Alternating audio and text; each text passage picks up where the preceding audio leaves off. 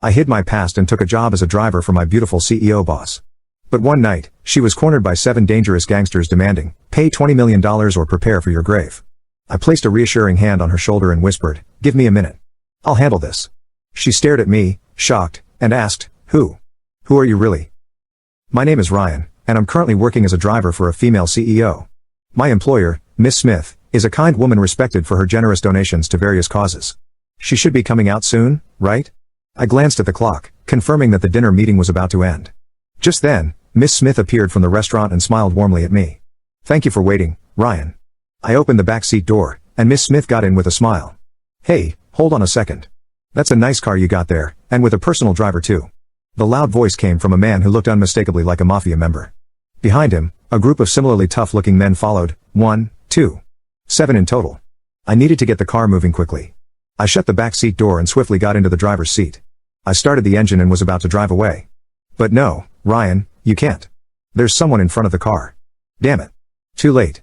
"I'm sorry, Miss Smith." A man blocked our path, grinning wickedly right in front of the car. I couldn't just run him over, even if he was mafia. Our company's reputation was at stake. "Hey, open up. If you don't, we'll break it down." The mafia banged on the car and grabbed the door handle. "What the? It's unlocked." "Damn it." In my haste, I hadn't locked the car, and the men flung the doors open. Miss Smith and I were forcibly dragged out of the car by the men. "Let's see that rich face of yours," one of the mafia members said as he grabbed Miss Smith by the chin. "Jake, doesn't this face look familiar to you?" "Whom?" "Oh yeah, I've seen her on TV. She's that rich lady's CEO. Lucky us, running into someone with so much money." The man called Jake looked at Miss Smith's face, clearly thrilled. "And she's quite the looker too. We're going to have some fun with this one. What do you want?" Miss Smith asked curtly, and Jake nodded. "I'm Jake, underboss of the Golden Vipers. I want money, hand it over." Jake laughed heartily as he spoke. "You've been donating to some children's homes or something, right? And a whole $1 million at that. Instead of giving to all those random places, how about you donate to us instead?" Jake leaned in close, but Miss Smith glared at him. "I want to use my money to help those in need. You guys don't look like you're in need, so I'm not interested in giving it to you." "What did you just say, you rich? Are you looking down on the mafia? How dare you talk to me like that?" Despite Jake's enraged shout, Miss Smith remained unfazed. "I have more appointments after this. If you don't have any real business, I'll be leaving now. There's no way I'm letting you go just like that." As Miss Smith tried to stand, Jake grabbed her arm tightly. "Hey, let's take this lady CEO back to the office. A woman like her will be eager to hand over the cash once we threaten her a bit." Jake's crude smile made my blood boil. "You bastard." "Ryan, stop. It's okay." Miss Smith stopped me as I was about to shout in anger. "But, Miss Smith." When I looked at her, she shook her head. She then turned back to the grinning mafia. "Fine, I'll go with you to your office. But this man is just a driver, he has nothing to do with this. Please let him go." "Miss Smith." She's about to be taken by the mafia, yet she's still protecting me. Just a driver, what a kind person. But I can't let them take her. Moved by Miss Smith's words, I stepped in front of her. "Miss Smith is my benefactor. I can't allow her to be taken to a mafia office. What's this? Stepping up like you're somebody, you little nobody." With those words, Jake punched me hard in the stomach. "Ryan. Since he's so eager to protect her, let's take him along too. It'll be more fun to make him watch what we do to his precious boss." Jake ordered his men to drag us both away. We were forcibly loaded into the mafia's car and taken to their office. Once there, the men inside bowed their heads to Jake. "Hey, where's Boss Carson?" "He's out right now. We don't know when he'll be back." "Phew, that's convenient." Confirming that the boss was absent, Jake took us to his own room. "This place brings back memories," I muttered without thinking as I was being carried through the office like luggage. "Huh? Oh, it's nothing." Once inside, Jake forced Miss Smith and me to sit on the floor. "All right, let's continue the money talk. I want that $1 million too. Your company makes enough to donate that much, right? That's not something I can just hand over on a whim." When Miss Smith refused, Jake slapped her across the face. "What do you think you're doing to Miss Smith?" I jumped up in anger and punched Jake in the face. Startled, Jake swung back at me, but I dodged and hit him on the other cheek. "Ryan, stop." Miss Smith's voice made me freeze. If I really let loose, I could take these guys down and get Miss Smith out of here easily. But if I do, my past might be revealed. I glanced at Miss Smith's face. If my past comes out, I might not be able to work for her anymore. As I hesitated, a huge mafia member who had been watching from behind tackled me to the ground. Another mafia member then punched me in the face. Damn it, I'm getting beaten. Unable to resist, I was pummeled by the mafia. "Ryan, are you okay?" Miss Smith rushed over to me as I lay on the floor, gently placing my head on her lap. "This is terrible. I'm so sorry I got you involved in this." Hearing her cry made me feel even worse. "Hey, we're not done talking yet. Look at my face. Your driver punched me twice, so how about you pay 2 million more? Jake pointed to the cheek I had punched. Honestly, I was planning to have some fun with you since you looked pretty when I saw you outside, but now that I see you up close, you're just some old hag over 30. So I'll pass. So, are you going to pay up or are you going to hell? You dare speak to Miss Smith like that? And $2 million for just 2 punches? I'll never forgive this mafia scum. Looking up at Miss Smith, I saw her biting her lip, deep in thought. Maybe she was considering negotiating the amount. Miss Smith, worried, I called out to her softly. She gave me a pale smile. It's okay. I'll find a way to solve this. What are you whispering about with your driver? You've got only 2 choices. With those words, Jake approached us, grabbing Miss Smith by the chin and forcing her to look up. Pay $3 million or take a one-way trip to the afterlife. I saw tears welling up in Miss Smith's eyes as she was held by the chin. You insult Miss Smith, someone I deeply respect, and then threaten her life if she doesn't pay? How dare you tell her she's headed to hell right in front of me? Hey, who do you think you are, talking to Miss Smith like that? Oh, what's this? The driver's angry, huh? Jake sneered at my words, mocking me. If I stand by and do nothing, Miss Smith will be in serious danger. I can't just watch this happen, even if my past gets exposed. I have no choice but to take these guys down. I made up my mind and decided to take out the mafia in front of. Given everything that had happened, I knew it was time to reveal my past. There was no point in staying silent any longer. Just as I was about to speak, Jake interrupted by shouting, "Damn it, this isn't over. You'll pay for this. Miss Smith, please wait for a moment." I knelt down in front of Jake, who was clutching his stomach and whining. You better remember this. I'll bring this company down no matter what it takes. Jake spat venomously as he sat on the floor. I sighed. Still not giving up, huh? Fine, I'll call your boss for you. I pulled out my phone and started dialing. The boss? Who are you calling? The cops. Ha. Good luck with that. The police around here are in our pocket, Jake sneered, thinking he had the upper hand. But I just grinned. I'm not calling the cops. I'm calling your boss, Boss Carson. What? Boss Carson? Jake's bravado faltered. That's right, Boss Carson, the head of the Golden Vipers. The phone rang a few times before someone finally picked up. This is Carson. Who's this? I don't recognize the number. Hello, it's been a while. This is Ryan. When I introduced myself, I heard Carson sharply inhale in surprise. Ryan? It's been a long time. What's going on? Jake, the underboss of the Golden Vipers, and some of his lackeys caused a scene at my workplace. I've got them detained. Can you come pick them up? Give me the address. You're there too, right? I'll be there immediately. After I gave him the address of the company, he quickly ended the call. All right, your boss will be here soon. How do you even know his number? Jake asked in confusion, but then a sly grin spread across his face. Well, whatever. When he gets here, you're finished. Jake's bravado made me chuckle. A few minutes later, Boss Carson literally burst into the room, followed by several of his men. He was out of breath, clearly having rushed to get here. You got here fast, Carson. I thought you'd take longer. It was much quicker than I expected. Breathing heavily, likely from rushing to prevent me from leaving, Carson caught his breath as Jake spoke up. Boss, do something about this jerk. He laid hands on me, the underboss of the Golden Vipers, and my men. If you let this slide, I'll lose all respect. Jake, still thinking Carson was on his side, shouted in frustration. But Carson didn't even glance at him. Ryan. Is it really you? Ryan, it's been so long. With those words, he embraced me, tears streaming down his face. Boss, you know this guy? Jake asked, shocked by his strange behavior. What? Boss Carson, the head of the Golden Vipers, knows Ryan? What's going on? It wasn't just Jake who was shocked. Miss Smith, who had been quietly observing the situation, also spoke up in surprise. I've kept my past hidden, but I used to be the underboss of the Golden Vipers, 8 years ago. You were a mafia? Miss Smith asked, wide-eyed. Yes. I have no criminal record, but it's true, I was part of the Golden Vipers 8 years ago. After a certain incident, I left the mafia world and was taken in by this company. Wait, you were the underboss of my organization? Jake exclaimed, and Carson continued the story. Yes, Ryan was the most trusted underboss I ever had, and he was even a candidate to be the next boss. But during a gang conflict, Ryan was in a serious car accident when a rival group rammed his car. He lost his fiancée in that accident, and after that, he decided to leave the mafia life. That's right. It's all in the past now, but I'm just so glad to see you again. So, you were our underboss? I've heard legends about your strength, but you had already retired by the time I joined, so I never saw your face. Jake then dropped to his knees and bowed deeply to me. What's with calling me like that? The way he groveled made my skin crawl as Jake forced a sycophantic smile. In the Golden Vipers, you are a legend. I had no idea it was you. Please forgive me for my ignorance. Jake bowed so low that his forehead nearly smacked the floor. I looked at him with cold eyes, unmoved by his sudden apology. After everything you've done, an apology doesn't mean anything to me. Boss, I know it's not my place as someone who's left the organization, but say whatever you need to, Ryan. Then I'll be frank.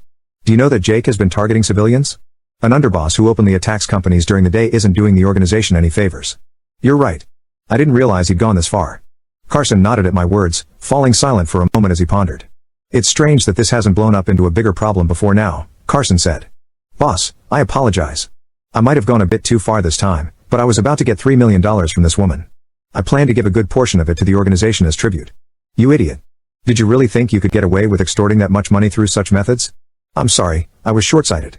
Jake quickly bowed his head as Carson roared at him. Abusing your position as underboss and endangering the organization can't be overlooked.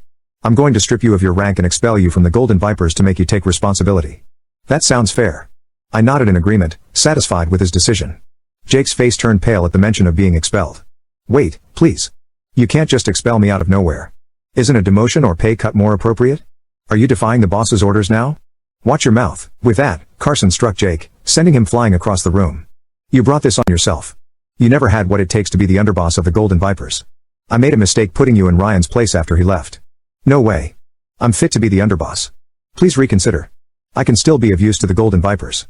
No matter what you say, the expulsion stands. Jake staggered to his feet, then collapsed at Carson's feet, clinging to him desperately. You've been good to me ever since I joined the Golden Vipers. I've tried my best to repay that kindness.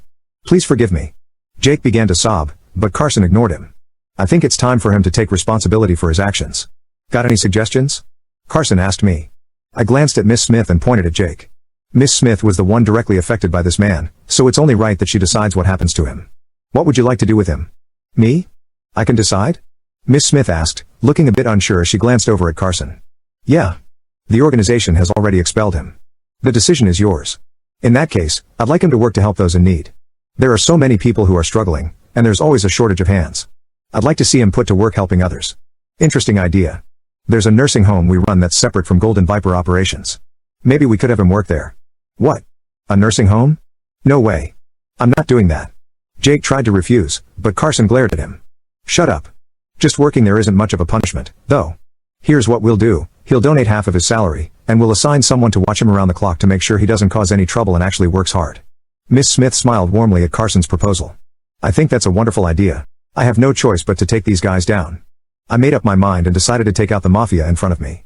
I gently patted Miss Smith's trembling shoulder as I held her in my lap and quickly stood up. Don't do anything reckless. Ignoring Miss Smith's pleas, I charged at the stunned mafia. I knocked out one of the huge men who couldn't react in time with a punch to the jaw. What are you doing? Are you seriously thinking of taking on all of us? I smoothly took down another mafia member standing nearby. In no time, only Jake was left standing. What the hell are you? This is crazy. How are you beating us all? Jake was shocked as I continued to take down the larger mafia members. He started backing away, looking terrified.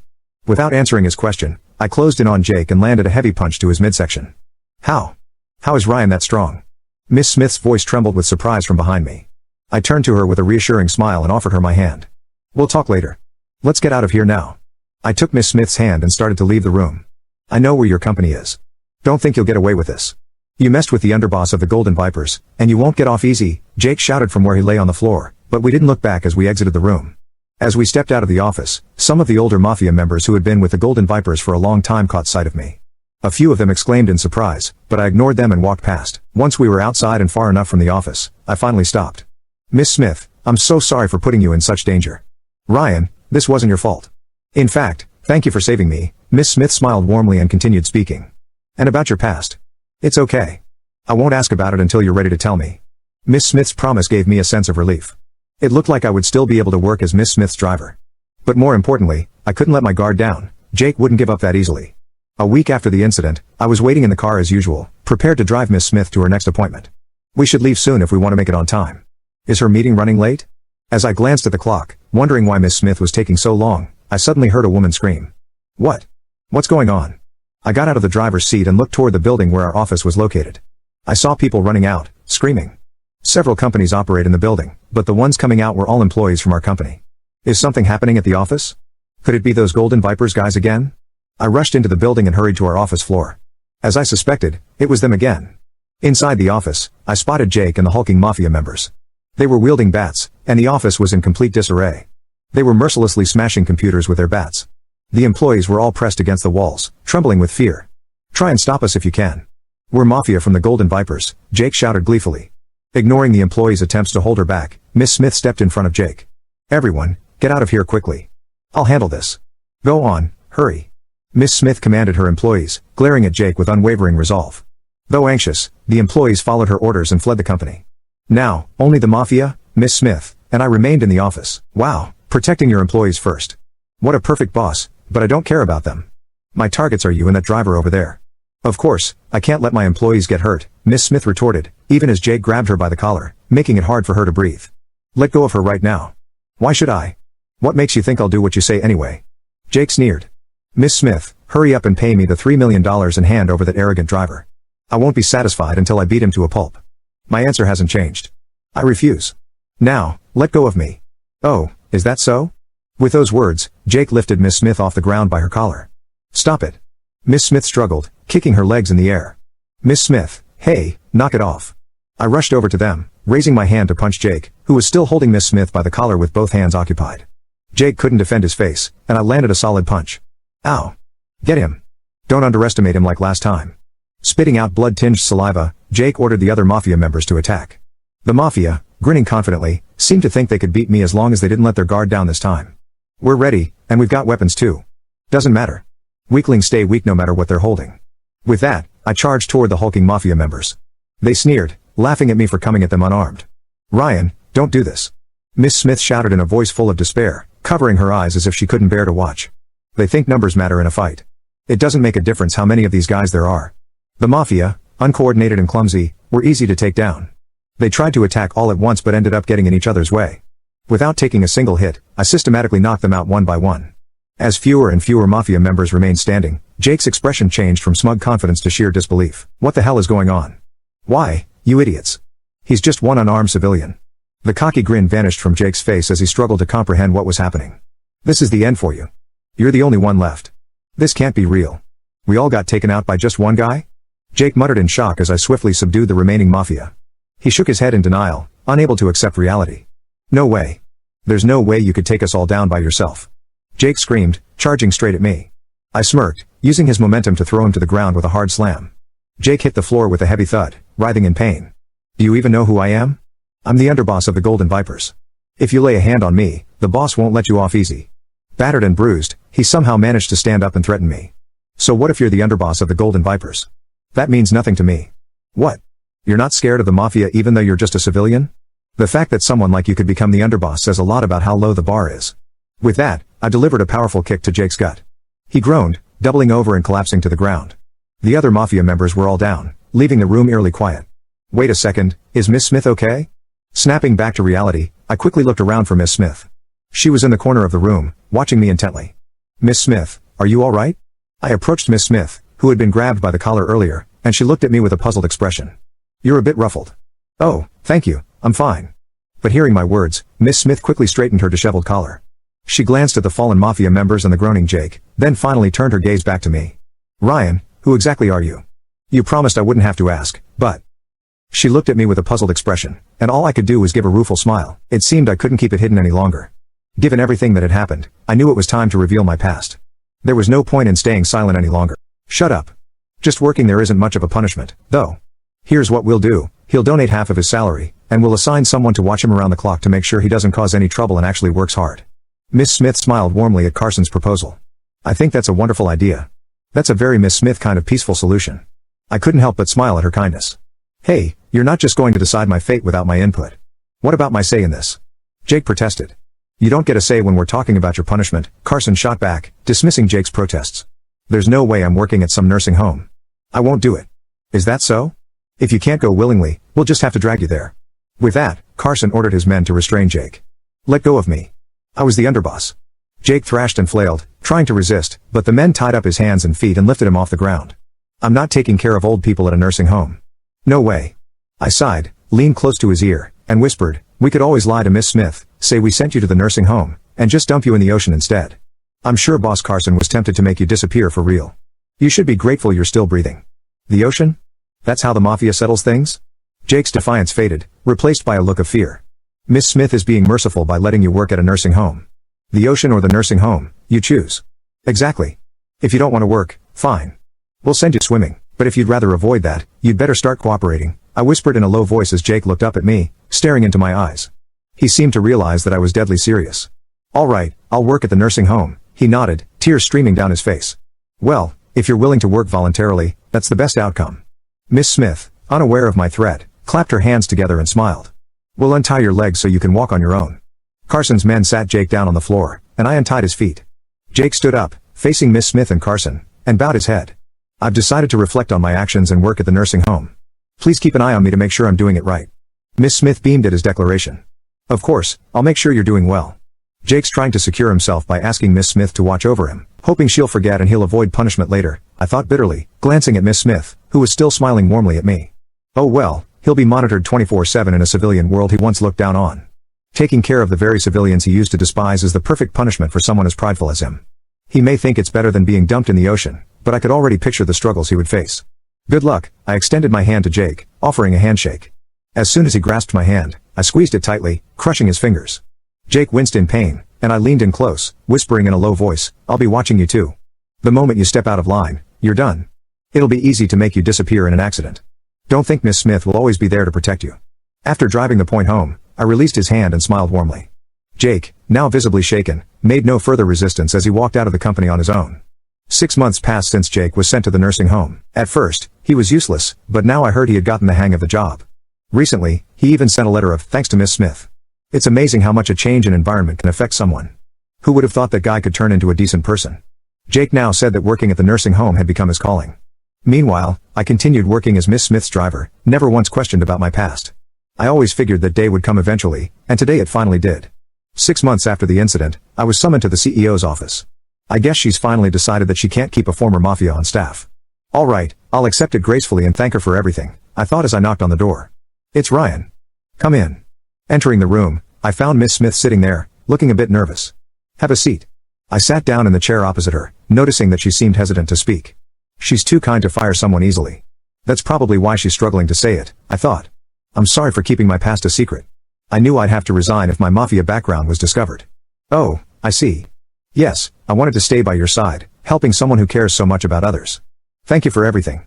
Wait, hold on a second, I paused, confused. You called me in to fire me, right? No. I want you to stay with me too, but not as a CEO and a driver. Would you consider dating me, with marriage in mind? Miss Smith, her face flushed red, asked me, her voice trembling slightly. If you're okay with me, I'd be honored, I replied, surprised, but smiling at this unexpected turn of events.